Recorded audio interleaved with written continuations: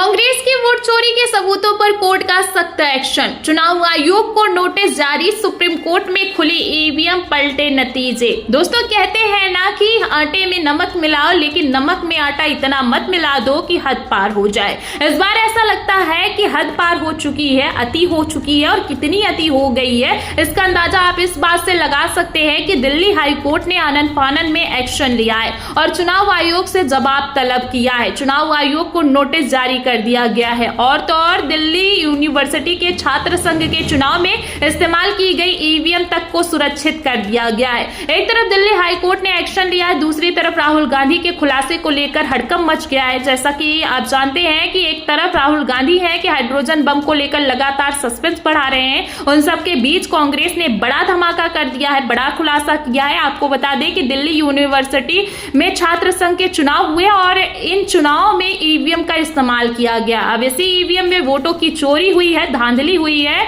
और एक तरफ कांग्रेस समेत एनएसयूआई के पूर्व अध्यक्ष ने आरोप लगाए, दूसरी तरफ हाई कोर्ट ने आनन फानन में तत्काल प्रभाव से एक्शन लिया है। और क्यों यह एक्शन लिया है, इसको लेकर सोशल मीडिया पर वीडियो भी वायरल हो रहा है। वीडियो में आप देख सकते हैं कि जो एबीवीपी का कैंडिडेट है आर्यमान, उनके नाम से के आगे जो है ब्लू इंक लगाई गई है और कहां पर लगाई गई है, जहां पर बत्ती जलती है। मतलब साफ है कि किस तरीके से दबाव बनाया जा रहा है और इंडिकेट किया जा रहा है कि कहां वोट करना है और कहां पर बटन दबाना है। अब आप देख सकते हैं कि ये ईवीएम पकड़ी गई है और ये ईवीएम एनएसयूआई के कैंडिडेट ने वहां पर जाकर लाइव पकड़ी है, हंगामा किया है, बवाल किया है, तो उसके बाद ईवीएम पर इस निशान को मिटाया गया है। अब इससे आप अंदाजा लगा सकते हैं कि एक छोटे से छात्र संघ के चुनाव में अगर भारतीय जनता पार्टी चुनाव इस हद तक जो है चुनाव आयोग से करवा सकती है, तो बिहार चुनाव से लेकर लोकसभा चुनाव में और विधानसभा चुनाव में जिस तरीके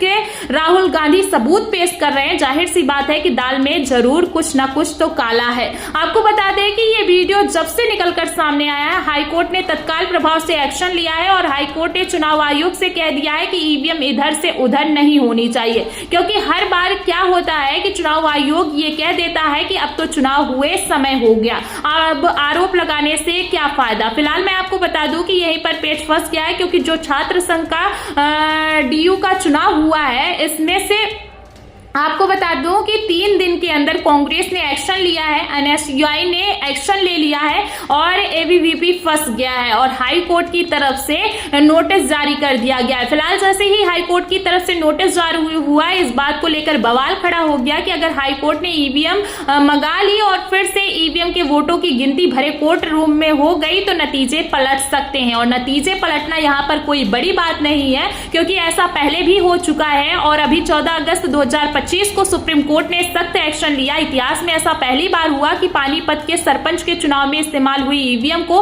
पहले तो सुप्रीम कोर्ट में मंगवाया गया, फिर वोटों की गिनती हुई और वोटों की गिनती के बाद 3 साल के बाद सरपंच के चुनाव के नतीजों को पलट दिया गया। जीता हुआ प्रत्याशी हार गया और हारा हुआ प्रत्याशी विजयी घोषित किया गया। अब इसी तरीके से अगर डुस्सू के चुनाव के नतीजे पलट गए तो भारतीय जनता पार्टी बुरी तरीके से फंसने वाली है, क्योंकि एक तरफ राहुल गांधी लगातार सबूत दिखा रहे हैं, चुनाव आयोग जवाब देने के लिए तैयार नहीं है, कर्नाटक में एसआईटी गठित हो चुकी है और इन सब के बीच हाईकोर्ट के नोटिस ने तहलका मचा दिया है। आप देख सकते हैं कि किस तरीके से अब एनएसयूआई के जो छात्र हैं वो भी बवाल काट रहे हैं और इससे जो है चुनाव आयोग भी फंस गया है। दूसरी तरफ बिहार में भी ईवीएम चेंज की गई है।